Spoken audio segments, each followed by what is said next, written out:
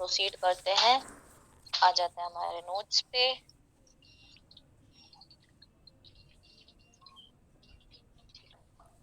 चलो, दिख रहा है, क्लियर है? Yes ma'am.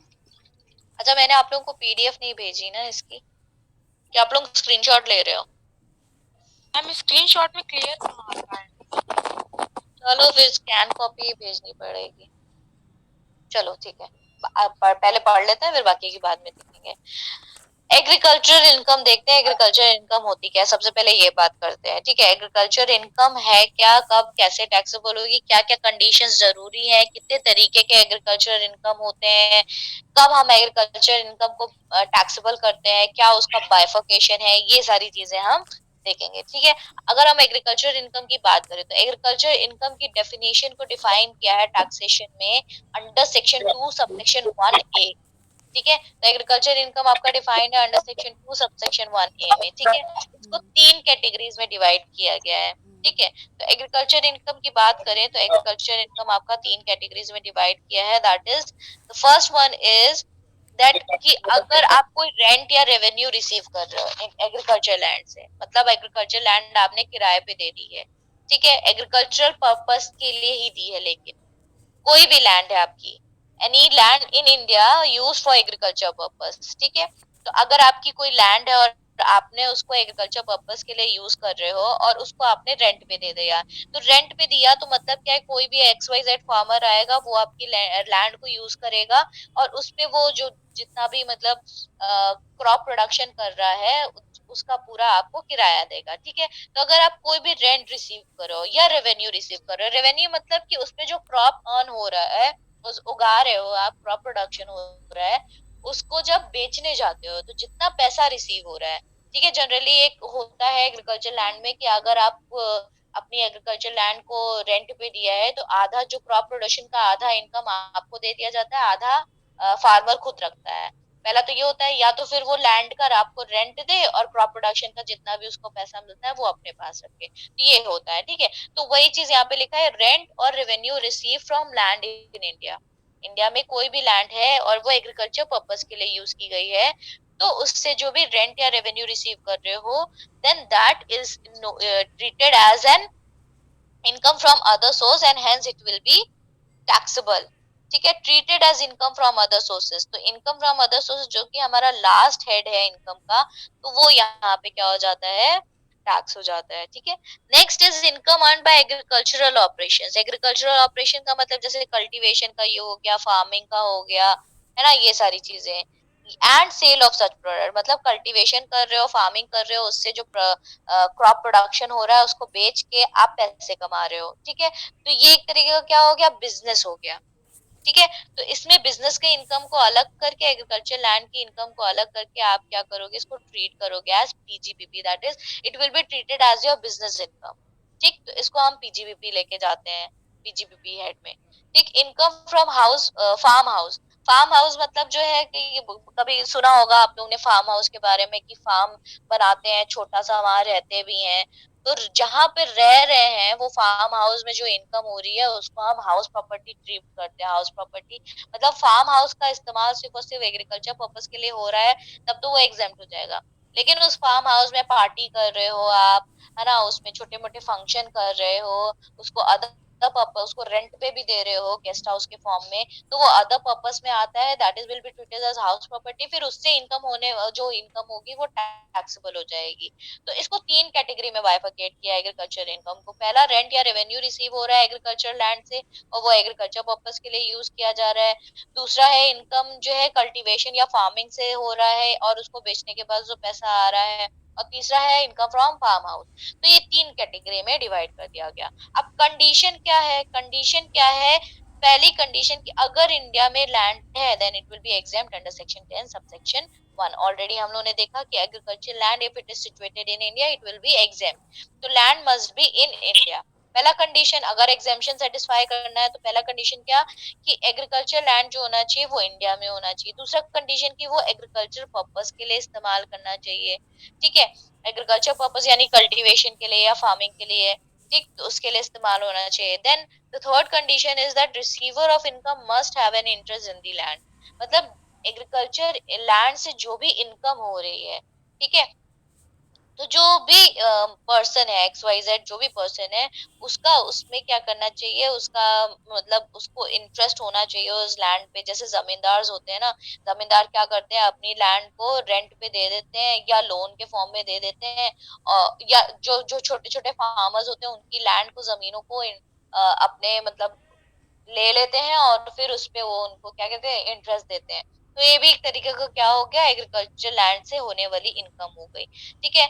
और या इसमें ये भी होता है कि जैसे कोई पर्सन है, स्टैंडिंग क्रॉप्स का मतलब क्या होता है कि स्टैंडिंग क्रॉप जैसे घास वास है, कोई जमीन खरीदी आपने, उसपे घास उगी हुई है, और ठीक है, वो घास को काटने से या कोई भी उसमें कोई भी जो चीज उगी हुई है उसको काटने के बाद जो पैसा हो रहा है, उससे आप प्रॉफिट बना रहे हो उसको बेच के, तो वो जो इनकम है वो एग्रीकल्चर इनकम नहीं मानी जाती, क्योंकि आपने उस पे किसी भी तरीके का कल्टीवेशन नहीं किया है। वो पहले से ग्रो की हुई थी, स्टैंडिंग क्रॉप थी, मतलब पहले से उगी हुई थी, फिर उसको आपने काट के और उसको बेच के आपने पैसे कमाए हैं, ठीक है। उसपे आपने कोई भी एग्रीकल्चर लैंड पे कोई भी आपने मतलब मेहनत नहीं की है, ठीक है, तो उस केस में उसको एग्रीकल्चर इनकम नहीं मानेंगे। Then direct income from agriculture land is treated as agriculture income. Direct income मतलब क्या है कि एग्रीकल्चर इनकम से होने वाली या उससे रिलेटेड कोई भी इनकम हो। जैसे क्या हुआ कि आपने एग्रीकल्चर लैंड पे कुछ मैनेजर्स या कुछ बंदे हायर कर रखे हैं जो उसका मैनेजमेंट करे, देखभाल करे, है ना। फार्मर तो अपना कल्टीवेशन कर ही रहा है, साथ ही साथ एक मैनेजर है जो उसकी पूरी मतलब मैनेजमेंट करता है, पूरा उसको देखभाल करता है। तो उसको जब आप मैनेजर को सैलरी दे रहे हो, तो वो आप एग्रीकल्चर इनकम से नहीं दे रहे हो, वो आपके अपने पर्सनल इनकम से देते हो। तो ऐसी इनकम जो इनडायरेक्ट रिलेटेड होती है वो आपकी टैक्सेबल नहीं होती, वो आपकी एग्रीकल्चर इनकम नहीं मानी जाती, सॉरी वो एग्रीकल्चर इनकम नहीं मानी जाती, लेकिन वो टैक्सेबल होती है। जैसे सैलरी ऑफ फार्म मैनेजर, है ना, मैनेजर है जो फार्मिंग, आपका फार्म हाउस का देखभाल करता है, फार्म जितने भी एग्रीकल्चर लैंड है उसकी देखभाल करता है, तो उसकी उसको आप सैलरी दे रहे हो, है ना। तो वो जो है वो आपकी एग्री एक्टिविटीज से एंगेज होती है, लेकिन वो नॉन एग्रीकल्चर इनकम मानी जाती है, ठीक है। उसके अलावा अगर डिविडेंड कोई भी अपने कंपनी में, जो आपकी एग्रीकल्चरल कंपनीज है जो खाद वगैरह बनाती है ना, उस कंपनी में आपने इन्वेस्टमेंट कर रखा है, उस पे आप डिविडेंड रिसीव कर रहे हो, या उस कंपनी के आपने शेयर्स परचेज कर रखे हो, उसके आप डिविडेंड रिसीव कर रहे हो, तो वो भी आपके एग्रीकल्चर इनकम नहीं मानी जाती, ठीक है, क्योंकि ये इनडायरेक्ट रिलेटेड होता है। डायरेक्ट इनकम क्या हो जाएगा कि आपने लैंड पे आपने कल्टीवेशन किया, उसमें खुदाई की, बीज बोया, फिर उसको जब वो उग गया पूरा, मतलब एकदम पक गए, गेहूं वगैरह जो भी अनाज है, जो भी है, सब अच्छे से हो गए, उसकी फिर आपने हार्वेस्टिंग की, हार्वेस्टिंग के बाद उसका प्रोडक्ट जो निकला उसको बेचा, बेचने के बाद जो पैसा रिसीव हुआ वो आपकी एग्रीकल्चर इनकम कहलाएगी। This is direct income. Indirect मतलब जैसे सैलरी आप फार्म मैनेजर को दे रहे हो, डिविडेंड रिसीव कर रहे हो एग्रीकल्चर कंपनी से, तो ये सारे आपके इनडायरेक्ट इनकम होते हैं, इसीलिए इसको नॉन एग्रीकल्चर इनकम कहा जाता है, ठीक है। तो ये कंडीशन सेटिस्फाई होनी चाहिए कि एग्रीकल्चर लैंड इंडिया में होने चाहिए, एग्रीकल्चर पर्पस के लिए होना चाहिए, डायरेक्ट इंटरेस्ट होना चाहिए, ठीक है, और डायरेक्ट इनकम ही ट्रीट करेंगे, इनडायरेक्ट इनकम को ट्रीट नहीं करेंगे। स्टैंडिंग क्रॉप्स को अगर परचेज करके उसको काट के फिर उसके इनकम अर्न की है, उससे प्रॉफिट अर्न किया है, तो वो आपकी एग्रीकल्चर इनकम नहीं मानी जाएगी। तो ये सारे कंडीशंस क्या होने चाहिए, फुलफिल होने चाहिए, तभी आपका एग्जेम्पशन वो आपको मिलेगा, अदरवाइज आपको एग्जेम्पशन नहीं मिलेगा, ठीक है। अब कितने तरीके के एग्रीकल्चर इनकम होते हैं, देखिए, सबसे पहला आता है आपका रेंट और रेवेन्यू इन इंडिया, है ना। एग्रीकल्चर इनकम क्या है कि कोई एग्रीकल्चरल लैंड है, उससे आप कोई रेंट या रेवेन्यू रिसीव कर रहे हो, तो वो आपकी एग्रीकल्चर इंडिया मतलब एग्रीकल्चर इनकम कहलाती है। जैसे फॉर एग्जाम्पल,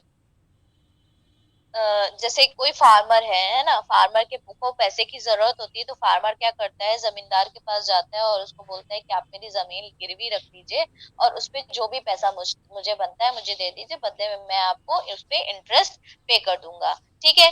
या फिर वो क्या करता है कि वो जमींदार क्या करता है, अपनी खुद की जमीन को रेंट पे फार्मर्स को दे देता है कि तुम इस पे क्रॉप प्रोडक्शन करो, जितना भी क्रॉप होएगा उसका आधा हिस्सा मुझे देना, आधा अपना रखना। तो इस तरीके से जो भी इनकम रिसीव होती है उसको हम एग्रीकल्चर इनकम ट्रीट करते हैं। This is known as agriculture income in the land which is situated in India. अगर एग्रीकल्चर लैंड इंडिया के बाहर है तो उसको हम एग्जेम्पशन नहीं देते, but if it is situated in India then it will be treated as agricultural income under section 2 subsection 1A। तो पहला है आपका rent and revenue received in India from agricultural land. Then next is income from agricultural operations. Agricultural operation का मतलब cultivation हो गया, farming हो गया, वाटरिंग हो गया, सोवरिंग हो गया, प्लांटिंग ऑफ सीड्स हो गया, है ना, खुदाई करना, रोपाई करना, हार्वेस्टिंग करना, कल्टीवेशन करना, फिर उसको इरिगेशन फैसिलिटी भी प्रोवाइड करना, मतलब पानी देना पेड़ों को। ये सारे जो मतलब जितने भी एक्टिविटीज होते हैं जो आपको क्रॉप प्रोडक्शन में नेसेसरी होते हैं, वो सारी एक्टिविटीज, वो सारी चीजें आपकी एग्रीकल्चरल ऑपरेशंस में आती है। ठीक है। कभी कभी ऐसे भी होता है कि जब आप क्रॉप प्रोडक्शन करते हो तो उसके साथ साथ कुछ जंगली पेड़ भी उग जाते हैं। ठीक है। तो वो जंगली पेड़ के लिए आपकी किसी भी तरीके की आपने उसमें मेहनत नहीं की, आपने किसी भी तरीके का एग्रीकल्चरल ऑपरेशन नहीं, वो ऑटोमेटिकली जैसे घास उग जाती है खेतों में, है ना, या कोई छोटे छोटे दूसरे पेड़ उग जाते हैं, तो वो स्टैंडिंग क्रॉप माना जाता है। उससे बेचने वाला या उससे होने वाला इनकम को हम एग्रीकल्चर इनकम या एग्रीकल्चर प्रोडक्ट ट्रीट नहीं करते, ये याद रखिएगा। ठीक है। तो only those products on which agricultural operations have been perform will be treated as agricultural income, otherwise those like standing crops or wild plant that grows automatically without any necessary agricultural operation, then that will be treated as agriculture, that will not be treated as agricultural product, or the income which is earned from those product will not be treated as agricultural income। ठीक है। Then income from making produce fit for market. Making produce fit for market मतलब जैसे कभी कुछ crops ऐसे होते हैं जिनको फर्दर प्रोसेसिंग की जरूरत होती है, जैसे टी एंड कॉफी। चाय पत्ती जब उगती है तो चाय पत्तियों की लीव्स को तोड़ के, है ना, उसके पत्तियों को तोड़ के फिर उसको सुखाया जाता है। सुखाने के बाद उसको तब पैकेजिंग की जरूरत होती है। तो उसको जब फर्दर प्रोसेसिंग की जरूरत है, मतलब इतना आप उसको बना दीजिए कि फाइनली वो मार्केट में आप बेच सको, है ना। तो फाइनल प्रोडक्ट तक उसको बनाने के लिए भी जो भी एक्टिविटीज लगती है या उस पे उससे होने वाली जो भी इनकम होती है, वो भी आपके एग्रीकल्चरल इनकम कहलाती है। जैसे curing of T and coffee and processing it so that it can be made sold in the market. ठीक है। ये सब हो गया, टी कॉफी हो गया, रबर हो गया, है ना, ये सबको फर्दर मतलब प्रोसेसिंग की जरूरत होती है सो दैट आप उसको अल्टीमेटली मार्केट में बेच सकें। ठीक, ये भी आपके एक तरीके के क्या हो जाएंगे, एग्रीकल्चरल इनकम कहलाएंगे। Then income from sale of produce. Sale of produce मतलब कोई भी कल्टीवेशन, किसी भी क्रॉप का कल्टीवेशन कर रहे हो या कुछ भी आप ग्रो कर रहे हो एग्रीकल्चर लैंड पे, उसको जब आप बेचते हो उससे होने वाली इनकम भी आपके एग्रीकल्चर इनकम कहलाती है। Then income from farm house. Farm house में क्या क्या कंडीशन होने चाहिए जिससे आप उसको एग्रीकल्चर इनकम या फार्म एग्रीकल्चर इनकम ट्रीट कर सकें। सबसे पहला है कि जो भी बिल्डिंग है ना, वो जो बिल्डिंग है या आप अगर रेंट पे रिसीव कर रहे हो या जो भी है ना, तो जो कल्टीवेटर है या जो उसका ओनर है जो फार्मिंग कर रहा है वही उसका मतलब वो मालिक होना चाहिए, ओरिजिनल ओनर वही होना चाहिए। कोई एक्स वाई जेड है मतलब अगर आपने रेंट पे दे रखा है, रेंट पे फार्म हाउस लिया है, उस पे आप रेंट मतलब अर्न कर रहे हो, रेंट पे आपने दे दिया किसी को अपना फार्म हाउस, उस पे आप रेंट अर्न कर रहे हो, तो वो भी आपकी क्या हो जाएगी, एग्रीकल्चर इनकम। लेकिन प्रोवाइडेड वो एग्रीकल्चर पर्पस के लिए यूज होनी चाहिए, अदर पर्पस के लिए यूज नहीं होनी चाहिए। ठीक है।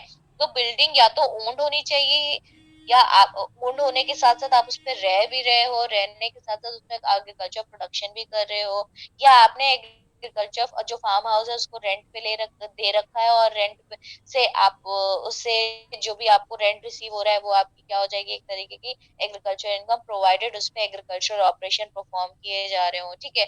तो ये हो गया पहला कंडीशन। दूसरा कंडीशन की वो एग्रीकल्चर लैंड होनी चाहिए, जैसे मैंने बोला है कि एग्रीकल्चर पर्पस के लिए ही इस्तेमाल होना चाहिए।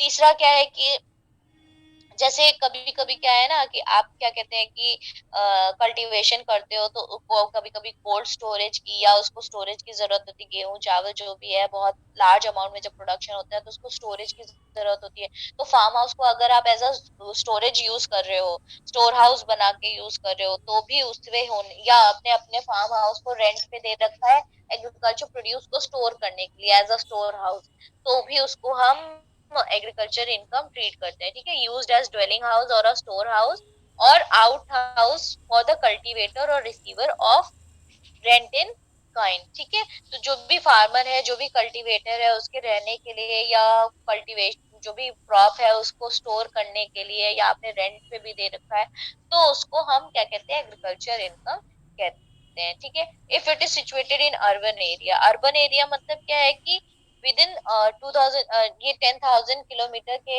एरिया में आता है with in the cantonment board, तो उसको हम अर्बन एरिया बोलते हैं। ठीक है, अगर अर्बन एरिया मतलब कि शहर में कहीं लैंड सिचुएटेड है, ठीक है, तो वो क्या होना चाहिए, उस पे आप लोकल टैक्सेस पे कर रहे हो as collected by the authority officer. अगर उस एग्रीकल्चर लैंड पे अगर आप लोकल टैक्सेस जो भी लगता है वो अगर आप पे कर रहे हो, तो उस पे जो भी आपकी उस एग्रीकल्चर लैंड पे भी जितना भी आप कल्टीवेशन कर रहे हो, उससे जितना भी इनकम हो रहा है वो भी आपकी एग्रीकल्चर इनकम ट्रीट की जाएगी।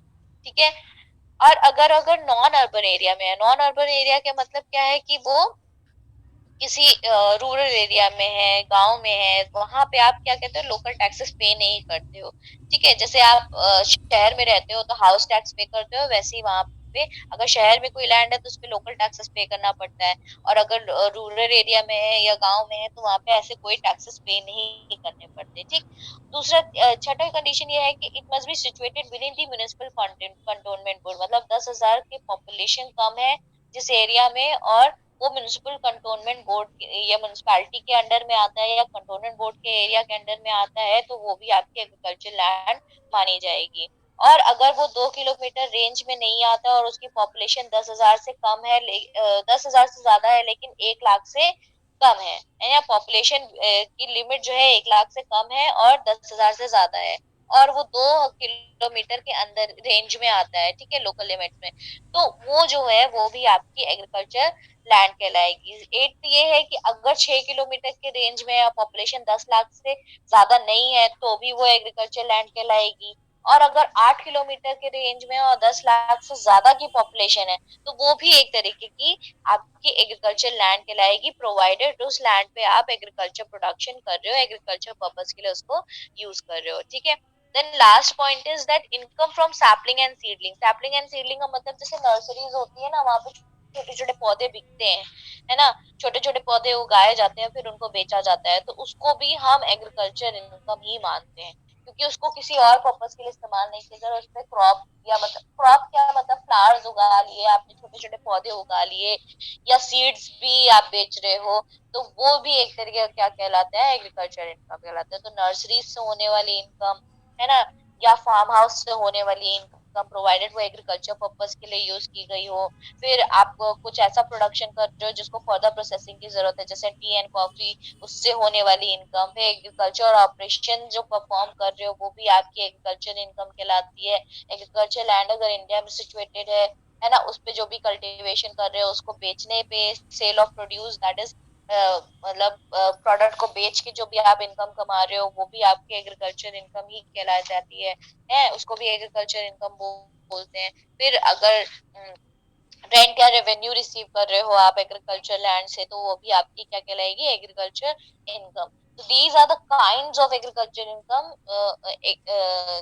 विच is defined under section 2 subsection 1A। यहाँ तक समझ में आया आप लोगों को?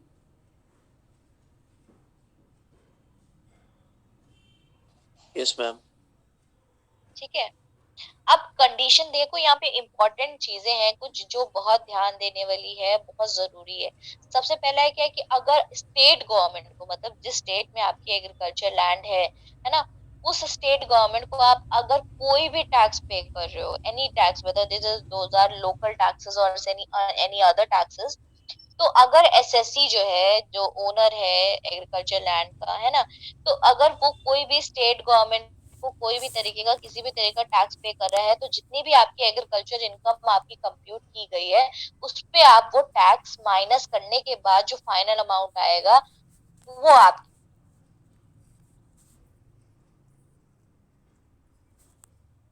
की जो है एग्रीकल्चर इनकम कहलाई जाएगी। मान लो आपने, ठीक है, और आपने स्टेट गवर्नमेंट को या लोकल गवर्नमेंट को वहां के आपने जो अपनी लैंड है उस पे आप 20,000 रुपए हर महीने का हर साल का जो है आप टैक्स पे करते हो। ठीक है, तो 5 लाख पे 20,000 आप माइनस कर दो, कि बचेगा आपका 4,80,000, वो 4,80,000 आपकी एग्रीकल्चर इनकम मानी जाएगी। ठीक है, समझ में आया? दूसरा क्या है कि अगर कोई लॉस हो रहा है किसी भी सोर्स से एग्रीकल्चर इनकम में, है ना, एग्रीकल्चर इनकम में किसी भी तरीके का लॉस हो रहा है, तो आप उसको सेट ऑफ कर सकते हो। मतलब आने वाले सालों में जब आपकी एग्रीकल्चर इनकम में जब भी प्रॉफिट होगा, तो वो लॉस को आप उसमें से माइनस करके फाइनली जो आपकी इनकम होगी वो आपकी इनकम कहलाएगी। मान लीजिए इस साल आपको 10 लाख रुपए का इनकम हुआ आपके एग्रीकल्चर में, तो आप पिछले साल वही आपकी क्रॉप जो है अच्छे से नहीं होगी, कोई मतलब नेचुरल कैलामिटीज की वजह से क्रॉप डिस्ट्रॉय हो गई और उसमें आपको नियर अबाउट 4 लाख रुपीज का लॉस हो गया। तो इस साल आप क्या कर सकते हो, उस लॉस को सेट ऑफ कर सकोगे। तो क्या करोगे, 10 लाख में से 4 लाख माइनस कर दोगे, तो 6 लाख रुपए जो आएगा वो आपकी एग्रीकल्चर इनकम कहलाएगी। वो आपकी करंट ईयर की एग्रीकल्चर इनकम कहलाएगी। ठीक। देन अगर एओपी बीओआई है, एओपी मतलब एसोसिएशन ऑफ पर्सन या बॉडी ऑफ इंडिविजुअल, मतलब कुछ लोग मिलके एग्रीकल्चर लैंड पे प्रोडक्शन कर रहे हैं, है ना, अगर उनको किसी भी तरीके का लॉस हो रहा है, ठीक है, तो वो भी अपने एग्रीकल्चर इनकम के सेट ऑफ कर सकते हैं। ठीक है। तो अगर एसोसिएशन ऑफ पर्सन है या बॉडी ऑफ इंडिविजुअल है, उनको भी कोई लॉस हो रहा है, तो वो भी सेट ऑफ कर सकते हैं आने वाले इनकम से, एग्रीकल्चर इनकम से। ठीक है। that loss from agriculture land can be carried forward। Carry forward मतलब क्या है कि अगर लॉस बहुत ज्यादा है, वो इस साल मतलब सेट ऑफ नहीं हो पाया, तो आप उसको कम से कम 8 साल तक कैरी फॉरवर्ड कर सकते हो। मतलब आने वाले 8 सालों तक आप उसको डिडक्ट करके मतलब आपके जितने भी प्रॉफिट है उसमें से डिडक्ट कर सकते हो। जैसे मान लो कि 10 लाख रुपए का आपका लॉस हो गया और इस साल इनकम सिर्फ 1 ही लाख रुपए हुई, तो 1 लाख माइनस कर दिया, तो करंट ईयर की इनकम तो जीरो हो गई, लेकिन लॉस अभी भी आपका 9 लाख रुपए बचा हुआ है। उस 9 लाख को आप 8 सालों तक फर्दर सेट ऑफ कर सकते हो, कैरी फॉरवर्ड कर सकते हो। ठीक है। जब ये आपका एक और कंडीशन है, इंपॉर्टेंट नोट है, कि आप अपने लॉसेस को सेट ऑफ कर सकते हैं and it can be carried forward for following 8 years, मतलब आने वाले 8 सालों तक आप उसको कर सकते हो, प्रोवाइडेड आप जो है हर साल इनकम टैक्स रिटर्न फाइल करते हो और उसमें आपकी पूरी इनकम शो करते हो आईटी ऑफिसर को। जो भी आपने आपकी इनकम बनती है उस पे आप एक इनकम टैक्स रिटर्न फाइल कर रहे हो। ठीक है।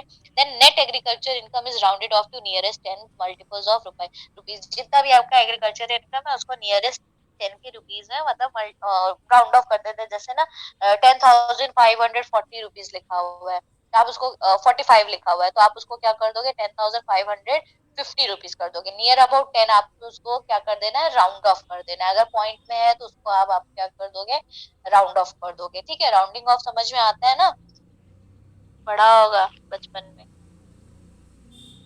तो ये चीजें थी, यहाँ तक समझ में आया? यहाँ पे कोई डाउट हो तो कुछ?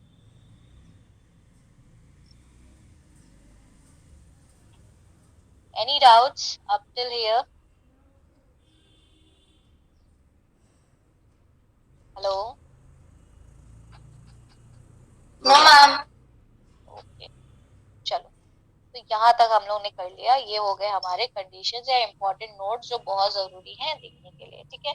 अब हम बोलते हैं कि नॉन एग्रीकल्चर इनकम क्या है। एग्रीकल्चर इनकम तो हमने देखी, नॉन एग्रीकल्चर क्या होगा?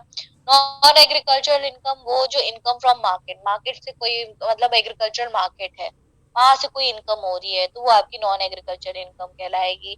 स्टोन क्वेरीज, स्टोन क्वेरीज का मतलब जो पत्थर वत्थर तोड़ते हैं, है ना, पत्थर तोड़ने का जो काम होता है, उससे जो भी प्रोडक्ट बनाते हैं उसको भी एग्रीकल्चर इनकम में नहीं जोड़ा जाता है। ठीक। देन माइनिंग, खुदाई करना, को चाहे कोल माइन हो चाहे कोई भी लैंड माइन हो, अगर माइनिंग का काम है तो वो एग्रीकल्चर इनकम नहीं कहलाती, that is non agriculture income. ठीक है। और देन अगर कोई जमीन है जिसको स्टोरेज के लिए इस्तेमाल किया जा रहा है for agricultural produce, then that will be treated as non agriculture income. Then supply of water for irrigation, irrigation के लिए अगर कोई भी पानी का सप्लाई किया जा रहा है तो वो भी आपकी नॉन एग्रीकल्चर इनकम कहलाती है। देन सेल्फ ग्रोन क्रॉप्स, मैंने ऑलरेडी बताया, जैसे घास उग गई, कोई पेड़ उग गया, कोई जंगली पेड़ उग गया, कोई, है ना, तो ऐसे कोई भी पेड़ जो ऑटोमेटिकली अपने आप ग्रो कर जाते हैं एग्रीकल्चर लैंड पे और उसको बेच के अगर आप कोई पैसे कमा रहे हो तो वो नॉन एग्रीकल्चर इनकम कहलाती है। देन ब्रिक मेकिंग, ईंटें बनाने का जो काम होता है, भट्टियों में ईंटें बनाते हैं, है ना, तो वो भी आपकी नॉन एग्रीकल्चर इनकम कहलाती है। Then salary of managers of farm house, already बताया है कि फार्म हाउस में कोई भी मैनेजर आपने हायर कर रखा है उसको आप सैलरी दे रहे हो, तो वो भी नॉन एग्रीकल्चर इनकम कहलाती है। ठीक। अगर आपने एग्रीकल्चर कोई ऐसी कंपनी जो एग्रीकल्चर बिजनेस में इन्वॉल्व है ना, उसकी आपने शेयर्स परचेज कर रखे हैं, उस शेयर्स में जब आप डिविडेंड रिसीव करते हो तो वो भी आपकी नॉन एग्रीकल्चर इनकम कहलाती है। Then income from dairy farm, rice crops, poultry farming etcetera. आप पोल्ट्री फार्मिंग कर रहे हो, आप डेयरी फार्मिंग कर रहे हो, है ना, तो उससे कोई भी इनकम हो रही है तो वो भी आपकी नॉन एग्रीकल्चर इनकम कहलाती है।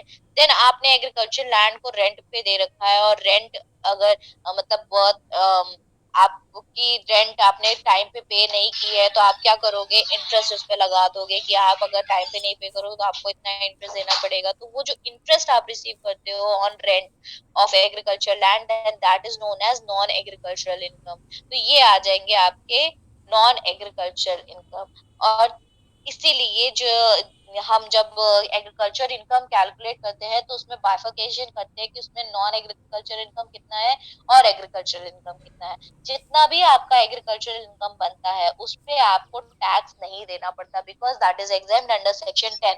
और एग्जेम्प्ट इसलिए है क्योंकि पार्लियामेंट जो है, पार्लियामेंट के पास ये पावर है कि वो बताए कि किस पे टैक्स देना है, किस पे टैक्स नहीं देना है। इसीलिए पार्लियामेंट ने ये डिसाइड किया कि एग्रीकल्चर इनकम, क्योंकि फार्मर्स इतने केपेबल नहीं होते कि वो उस पे टैक्स दे पाए, क्योंकि उनकी इतना इनकम ही इतनी नहीं हो पाती है। तो इसीलिए जितना भी एग्रीकल्चर हो इनकम हो, चाहे आप एन इंडिविजुअल, देखो एग्रीकल्चर इनकम कैसी भी हो, कितनी भी हो, कितनी भी अमाउंट की हो, वो टोटली टोटल एग्जेम्प्ट हो जाती है एज पर दी पार्लियामेंट। पार्लियामेंट ने लोन बनाया, रूल बनाया है that nobody has the power to levy tax on agriculture land. इसीलिए एग्रीकल्चर लैंड पे कोई भी टैक्स नहीं लगता है, और इसीलिए वो एग्जेम्प्ट है अंडर सेक्शन 10 सब सेक्शन 1। ठीक है, तो इसीलिए यहाँ पे बाइफिकेशन दिया है नॉन एग्रीकल्चर इनकम का। हम पहले एग्रीकल्चर इनकम और नॉन एग्रीकल्चर को डिफर करते हैं, डिफरेंशिएट करते हैं। उसके बाद जितनी भी आपकी एग्रीकल्चर इनकम है वो आपकी एग्जेम्प्ट हो जाएगी, उस पर आपको टैक्स देना नहीं पड़ेगा। जितनी आपकी नॉन एग्रीकल्चर इनकम होगी उस पे आपको टैक्स देना पड़ेगा, चाहे वो इनकम फ्रॉम अदर सोर्सेस से हो रही हो, चाहे वो आपकी पीजीबीपी की इनकम हो रही हो, चाहे वो आपकी हाउस प्रॉपर्टी से हो रही हो, वो सारी की सारी आपकी नॉन एग्रीकल्चर इनकम कराएगी और उस पे आपको टैक्स देना पड़ेगा। समझ में आया? Yes. समझ में Yes. है ना? तो यहाँ तक वही हम कंप्लीट करते हैं। इसके बाद हम देखेंगे हमारा पार्टली एग्रीकल्चर इनकम। ये थोड़ा सा जरूरी है क्योंकि इसमें कुछ चीजें हैं जो जिसके बेसिस पे आपको टैक्स लगाना पड़ता, कुछ चीजें हैं जो ध्यान में देने वाली है ना। तो ये पार्टली एग्रीकल्चर इनकम हम कल देखते हैं, आज हम लोग यहाँ तक करते हैं। तो यहाँ तक को समझ में आया कि नहीं कि एग्रीकल्चर इनकम क्या होती है, कब टैक्स लगेगा, कब नहीं लगेगा, है ना? कैसे बाइफर्केशन, देखो बाइफर्केशन हो गया नॉन एग्रीकल्चर इनकम, अगर ये इनकम है तो ये नॉन एग्रीकल्चर इनकम कहलाएगी। है, समझ में आया कुछ? Yes, ma'am. कोई डाउट?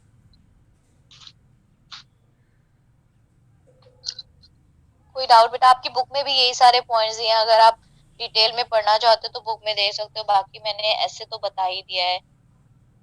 ठीक है, कुछ डाउट हो तो पूछिए।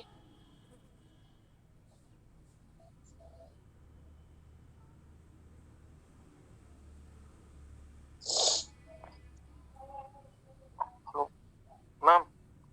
यस बेटा। मैम जो वो आप सेकंड पॉइंट बताई थी जिसमें कि वो किसान जो होता है कहीं जमींदार के पास अपना मतलब जमीन गिरवी रख देता है, तो उस पे जो इनकम होता है वो टैक्सेबल होता है। हाँ, तो आप एक तरीके नहीं, वो टैक्सेबल नहीं होगा, वो आपकी एग्रीकल्चर इनकम कहलाएगी।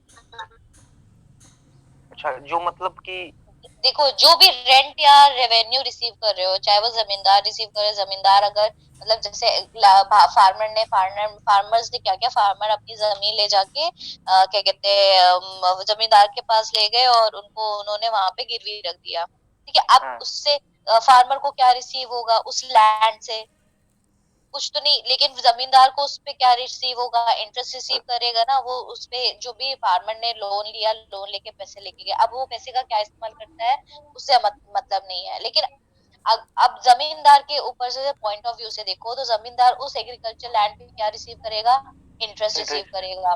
तो जो इंटरेस्ट वो रिसीव कर रहा है वो आपकी नॉन एग्रीकल्चर इनकम पे आ गई। जैसे हमने देखा ना, interest on arrears of rent of agriculture land, non agriculture income, वो तो नॉन एग्रीकल्चर इनकम आ गई। लेकिन फार्मर ने लोन लिया, ठीक है। अब फार्मर ने लोन लिया, लोन से जो पैसा मिला उसको, अगर उस पैसे से वो कोई दूसरी एग्रीकल्चर लैंड पे अपना कल्टीवेशन करता है, या कल्टीवेशन के लिए कोई भी सामान खरीदता है, चाहे वो सीड्स खरीद ले, चाहे वो मतलब अपने जो बुल्लक कार्ड्स होते हैं, भैंस खरीदे, या अपना फर्टिलाइजर्स खरीद लिए, पेस्टिसाइड्स खरीद लिए, वो उसका किस में इस्तेमाल करेगा, एग्रीकल्चर पर्पस के लिए इस्तेमाल करेगा। तो एग्रीकल्चर पर्पस के लिए इस्तेमाल कर रहा है, तो उस पे होने वाली जो भी इनकम, अब उस पे कल्टीवेशन करेगा, कल्टीवेशन में जो भी क्रॉप ग्रो करेगा, क्रॉप को बेचेगा, उससे जो उसको पैसा मिलेगा वो आपकी एग्जेम्प्ट हो जाएगी।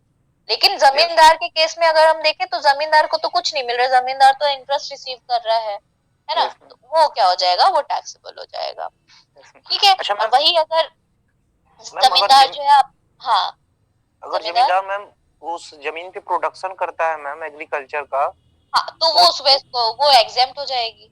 यस, प्रोडक्शन कर रहा है तो वो एग्जेम्प्ट हो जाएगी। और जैसे ये भी होता है कि जमींदार क्या करता है, जमींदार अपनी जमीन, खुद की जमीन फार्मर्स को रेंट पे दे देता है कि जाओ तुम लोग इसमें प्रोडक्शन करो, और जितना भी प्रोडक्शन होगा उसपे हमको उससे हमें मतलब नहीं, लेकिन वो जमीन पे हमको तुम्हें रेंट देना है ना। तो फार्मर्स क्या करेंगे, रेंट देंगे जमींदार को। तो क्योंकि जमींदार रेंट रिसीव कर रहा है उस लैंड से जिसपे प्रोडक्शन हो रहा है, फार्मिंग हो रही है, तो वो भी आपकी क्या कहलाएगी, एग्रीकल्चरल इनकम। ठीक है, तो वो टैक्सेबल नहीं होगी, वो एग्जेम्प्ट हो जाएगी। Thank you ma'am.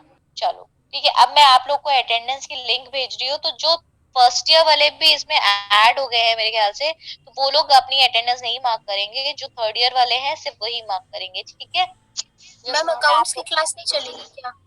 अकाउंट्स की क्लास चलेगी। अभी मैं अकाउंट्स कौन सी, फर्स्ट ईयर की? कौन बोल रहा है ये, पहले मुझे ये बताओ, फर्स्ट ईयर के हो कि थर्ड ईयर के हो, क्योंकि ऐड हो गए हैं। फर्स्ट ईयर वाले अभी लीव कर दीजिए, अभी ये टैक्स की क्लास चल रही है थर्ड ईयर की। फर्स्ट ईयर वाले kindly leave the class because this is a third year class. Let me get finish this, then you can join. Okay Rishita, are you there? Yes ma'am. हाँ, तो ये मैं आप लोग को चैट बॉक्स में लिंक सेंड कर रही हूँ, तो only third year students will mark their attendance. Okay yes ma'am. Yes, ma'am.